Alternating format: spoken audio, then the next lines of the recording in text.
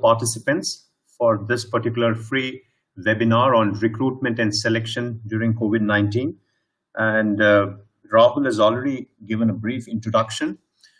To add a little bit more to what Rahul said, yes, I was in IT industry for a very long time, and I started teaching in the educational institutions. I'm also doing corporate training since the past 4 years. Rahul also has already mentioned the subject that I teach, human resource management, strategic management, organizational behavior. I also teach business ethics and corporate governance.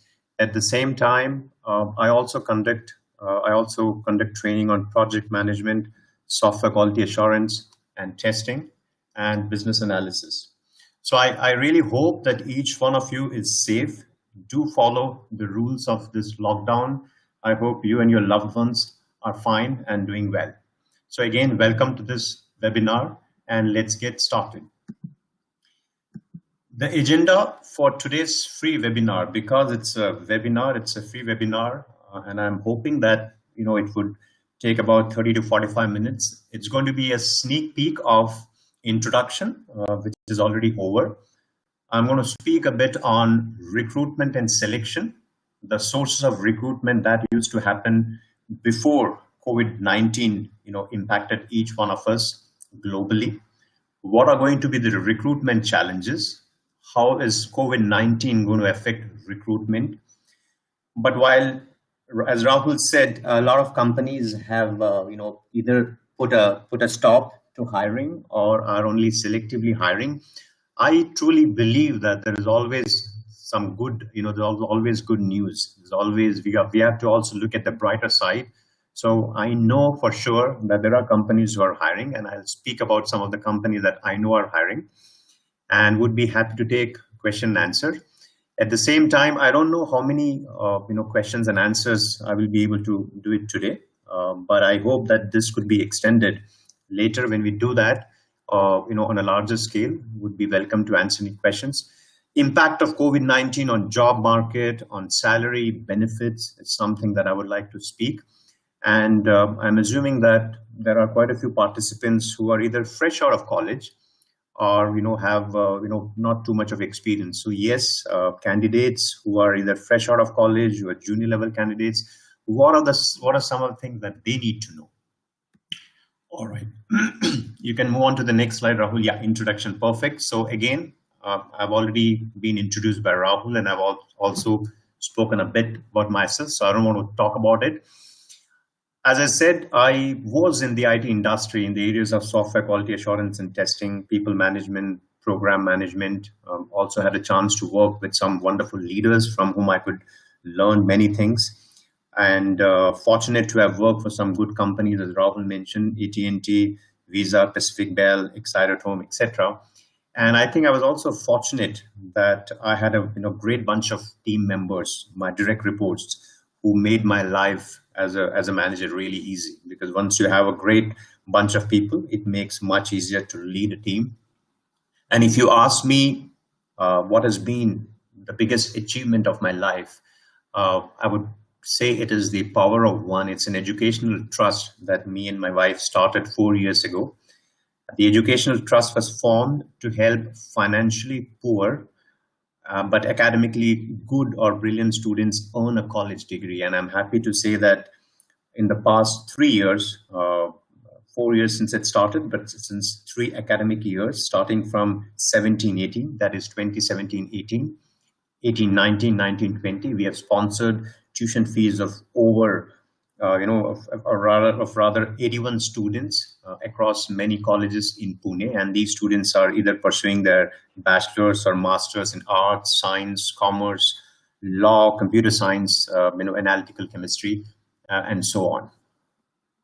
And the website address of the Power of One, if you get a chance, it is www.thepowerofone.co.in. You could go to Google and just do a search and you will know the details. All right, so let's get started. And, since everyone's phone is on mute, I would appreciate if there's no distraction. Just in case the phone is not muted, please do that. Ideally, I would have loved to have seen everyone face to face. I love interactive sessions, but we are at times when I think online training is going to continue for a longer period of time. So unfortunately, we can't have too much interactive session, but feel free to ask questions at the end of the session. But as I said, there's nothing like interactive sessions. I really love all my training sessions, or whenever I teach, wherever I teach, to have an open conversation with my students, with employees, and make a training that is really impactful. Okay, so getting on to why we have gathered here, recruitment, as some of you who are especially from the field of HR, and those of you who are working and also hiring people would know that recruitment is a process that kicks off whenever a company is looking to hire people. They would either hire because there's a new position open, position that needs to be filled because somebody has got promoted, somebody has got transferred, an employee may have retired, he or she may have been terminated, his job may have been terminated, permanent disability, or the person is no more. Now, if I was one of the participants, the first question that I would possibly, that is going to come to my mind is, are companies really hiring? And as I said during my introduction, the good news is, yes, I've been reading a lot of articles, and I know that a lot of companies are hiring. Now, how far is that true? Possibly it's something that you should find out.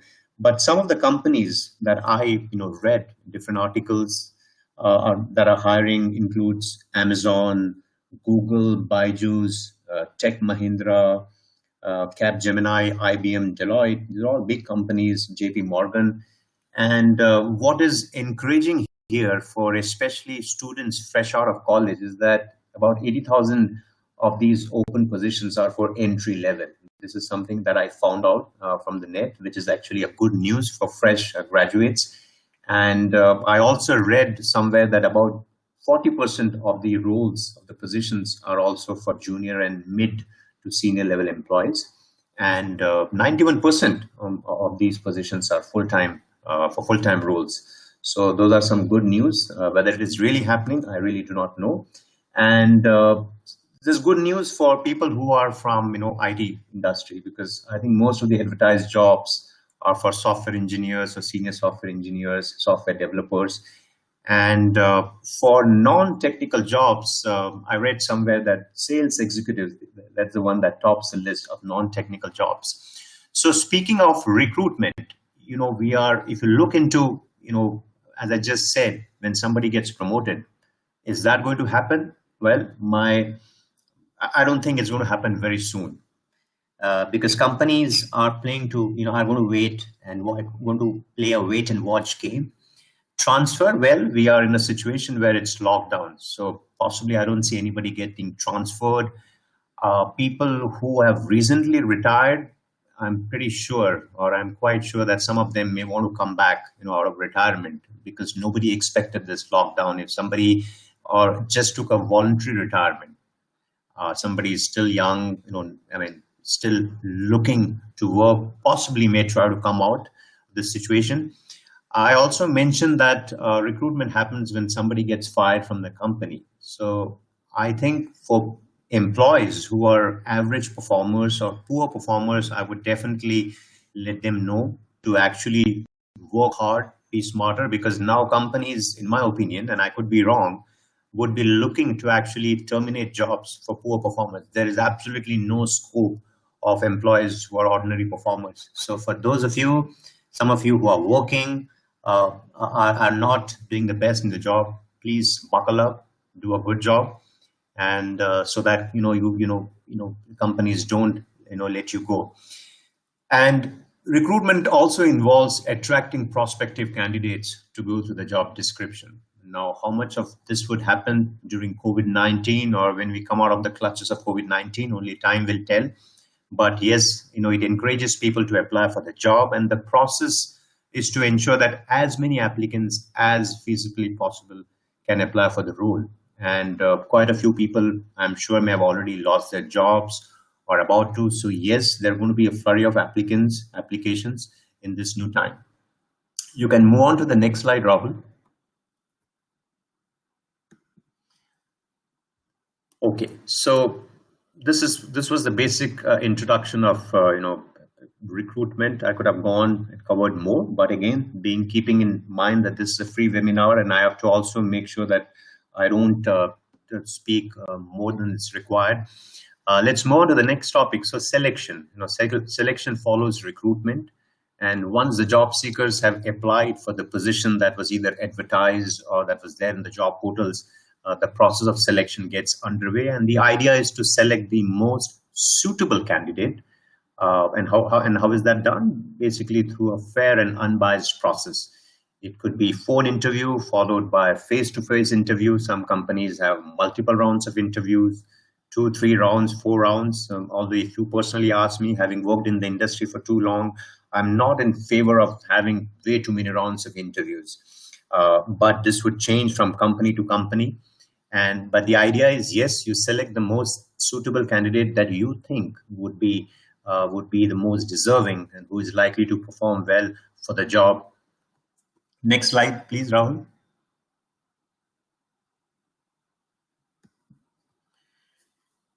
All right, so let's touch briefly on sources of recruitment. So up until now, or rather 2 months back, whenever company is looking to hire people, there are multiple ways for them to hire. One is they give an advertisement in the newspaper. For those of you who read Times of India, you would definitely remember that every Wednesday there is something called a Times Ascent. It's a 3-4 page wherein a lot of jobs are advertised, and that is actually the premium that employers pay, because for each and every word that gets printed, the newspaper does charge a phenomenal amount. And for companies who probably want to keep their costs down, they also see advertisements. They can also advertise on Monday and on some other days of the week, but Wednesday, especially for Times of India, it costs a lot of money. Then we are also talking about walk-ins. Now, as you know, during lockdown period, walk-ins is just going to be impossible. We definitely don't want. We're talking about social distancing, so I don't see this happening very soon. And for those of you who may not be sure about what is walk-ins, let me briefly talk a bit about walk-ins. It's typically done when a company has to hire a lot of positions, and these are typically, it could be graduates fresh out of college, lower level jobs. And so they could have 30, 40, 50 positions open, a large bulk of hiring that needs to be done. And typically walk-ins are done during weekends, because Monday through Friday, employees are busy working on their projects. Saturday, typically it happens, or even Sunday, because some people even work on Saturdays. So Sunday, say from 9 to 6 p.m. Or 9 to 7 p.m. Typically walk-ins are done, but I don't see this happening for obvious reasons. Campus recruitment, if you are an MBA student, you would know that possibly it starts when you are in your 3rd semester, towards the middle of 3rd semester, where a lot of companies come to campus, whether it's MBA or engineering. Yes, companies come in and they have their own process. It could be a group discussion wherein they they conduct multiple rounds of group discussion, and then shortlist candidates to whatever number. Then the next round could be a personal interview or could be aptitude test. So that's what happens in campus recruitment. And then there are other sources of recruitment as well, like job fair, wherein you have got many companies under one house. And then you could go to Google and see which are the companies that are hiring. So a lot of companies, it is like a mela. Think of it as a fair where a lot of stalls are kept. And again, it could be for a day, 2 days. Job fair again, because of COVID-19, I don't see that happening. Job portals, I'm talking about, that's another source of recruitment. So I'm sure each one of you would know about certain job portals like Naukri, Monster, Indeed, Shine, etc., where jobs are advertised. And social media, most of you would have joined this free webinar based on social media. So we all probably know social media. So I'm here when you talk about source of recruitment, a lot of postings on LinkedIn, but you would also see some jobs advertised in Facebook or maybe Twitter. But LinkedIn is the preferred social media tool, wherein you would see a hiring manager post, hey, we are hiring X number of employees. We're looking to hire, sales executives. If interested, please apply, and so on. And another source of recruitment that I think, and which has always worked in my favor when I used to work in the IT industry, was employee referral. I think it is extremely important because no better than employees. The employees are the ones who know the company's culture. So a lot of hiring that I did over the past 10 years was mostly based on employee referral. Now, keep in mind, though, that employee referral, there are also some employees who could take this, for unfair means, because there is some, amount associated. So if you refer an employee, and if that employee gets selected, when he or she comes on board, you get, say, 10,000 or 15,000 rupees. So you get partial amount, and then when the employee finishes his or probation, you get the remaining amount. So I've also seen employees trying to actually refer employees, which may not be good. So I used to be very, very clear to all my direct reports. If the employee is not suitable, I would hold you accountable. I had to do that because I realized that a lot of my direct reports in the early stages used to refer any Tom, Dick, and Harry. And so employee referral would also play a keen role when it comes to source of recruitment. Next slide, please, Rahul. Now, I've touched upon recruitment. I've spoken about selection. I've also just covered source of recruitment. You would also know that there are two types of candidates who are actually looking for jobs. The first one is the active candidate. And as the term suggests, active candidates are the ones who are either looking or actively looking for a new job. And for whatever reason, they may have a job or they may not have a job. That's why they're actually looking. And then the second type of candidates are the passive ones. Passive candidates are the ones who is not actively looking for a new job. And they are not looking because, they're happy in their current role.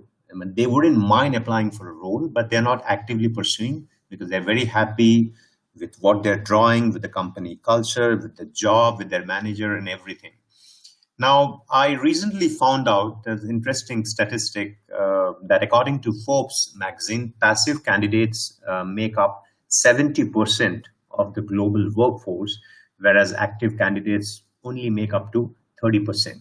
So there are active candidates, there are passive candidates, and in this lockdown, it will be interesting to see what is the ratio going to be. Because I personally think that passive candidates the number may go down, because if I'm happy with the job, I wouldn't want to take a risk of quitting my job and looking for another job, right? Because there's no guarantee. I mean, these days, as people said, as a lot of you would have heard, you rather stay in a company that is paying you, or even if there are some 10%, 20% cuts, just be happy wherever you are. This is not the time to look for new jobs. So passive candidates, I wouldn't be surprised if the number goes down, whereas active candidates, as Rahul mentioned in the introduction, some companies would have already started to lay off. I was reading an article yesterday where I heard Uber had laid off about 3,500 employees. So I think the number of active candidates is definitely going to increase during this lockdown and also going forward. Next slide, please, Rahul.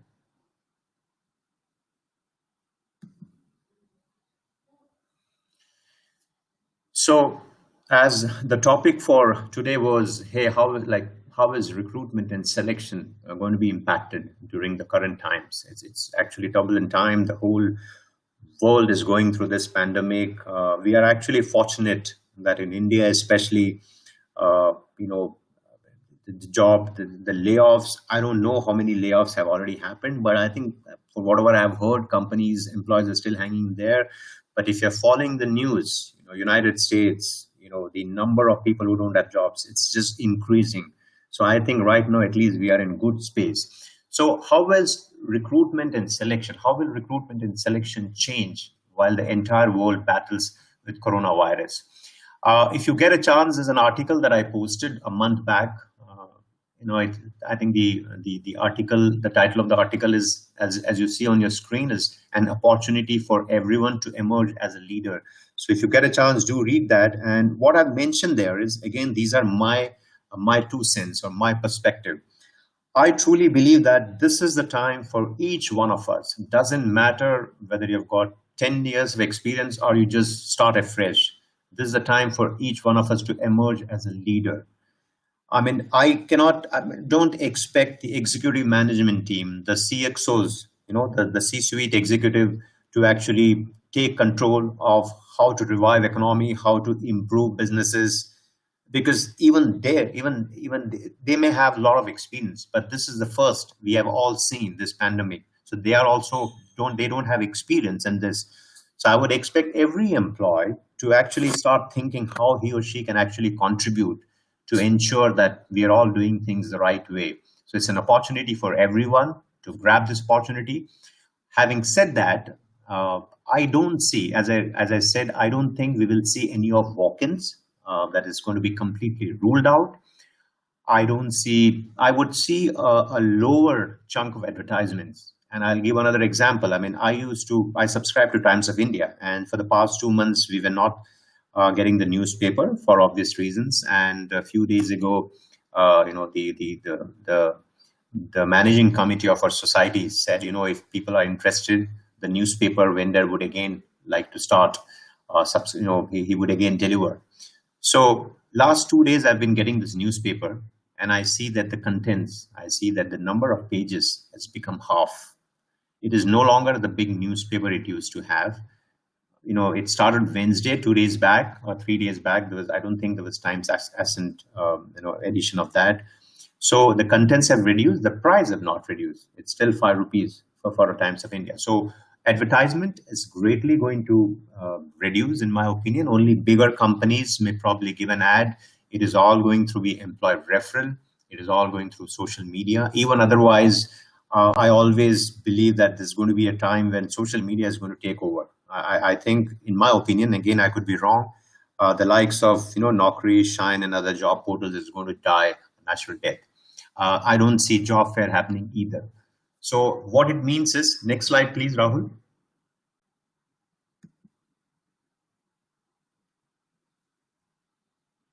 So effectively, I think that the preferred source of recruitment, and if I may add, the only source is going to be social media and employee referral.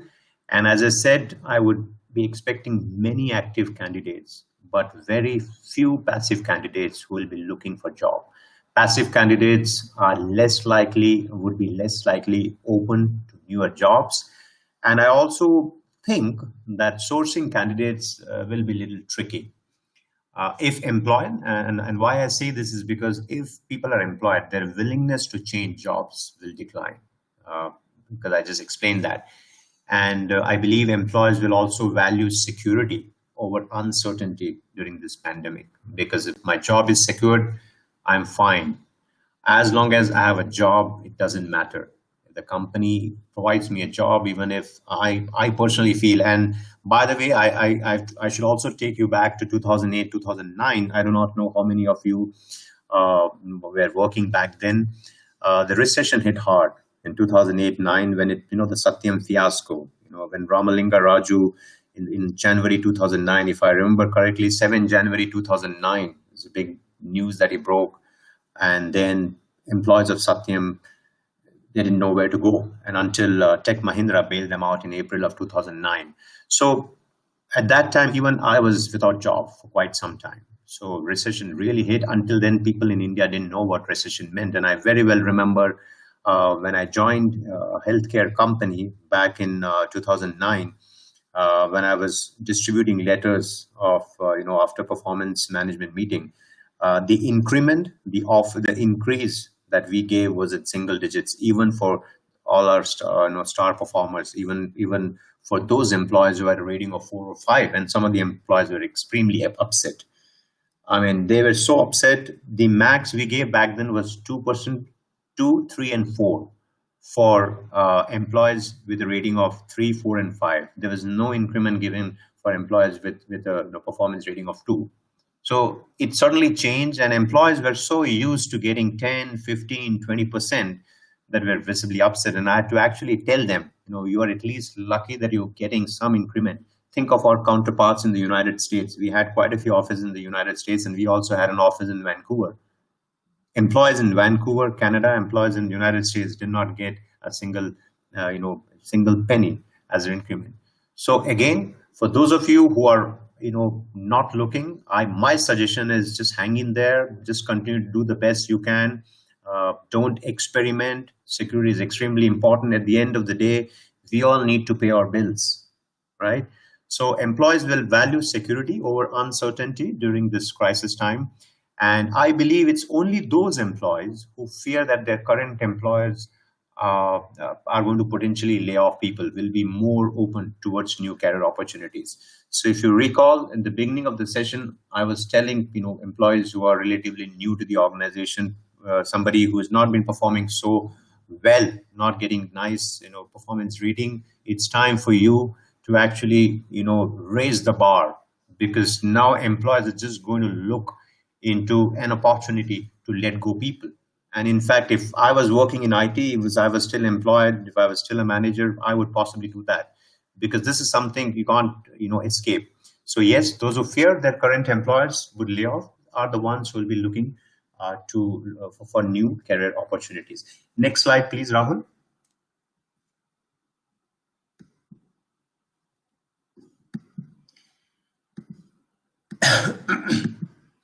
Okay, let me see if I had, just give me a minute here.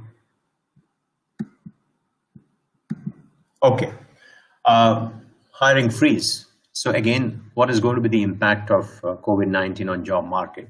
Well, hiring freeze, something that happened in 2008-9, and it's not that it has only happened during that time. Every company goes through hiring freeze at some point of time, because they're not doing as well as they would like to. Sales are down, not making enough money. But now, yes, there'll be a hiring freeze.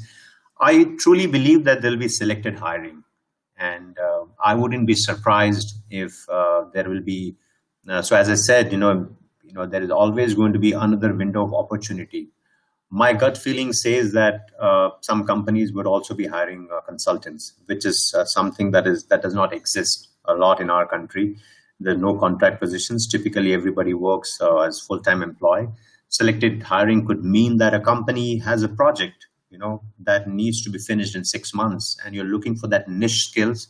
So they probably may hire employee or employees for that 6 months or 1 year period of time. And as long as when the project gets over, probably the consultant would be released from the job. So as I said, again, there are a lot of companies, and I repeat, I've read Amazon, Google, Capgemini, JP Morgan, Tech Mahindra, Byju's, are companies that are hiring. So yes, the selected hiring would continue. And I believe that employees will have to wear multiple hats. And for those of you, quite a few participants in this meeting, I'm sure you understand what I'm trying to tell. But for those of you who are relatively new, what it means is, again, I'll repeat, I said employees wearing multiple hats.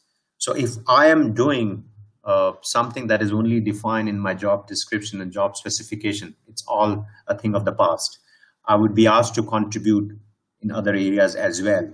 So I can take an example of IT industry, wherein if I'm a software developer, probably I would also have to actually test the software.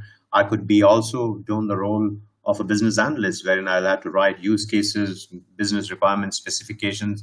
So yes, employees wearing multiple hats, and I would request, I would even suggest, hiring managers to only look for people who are willing to slog.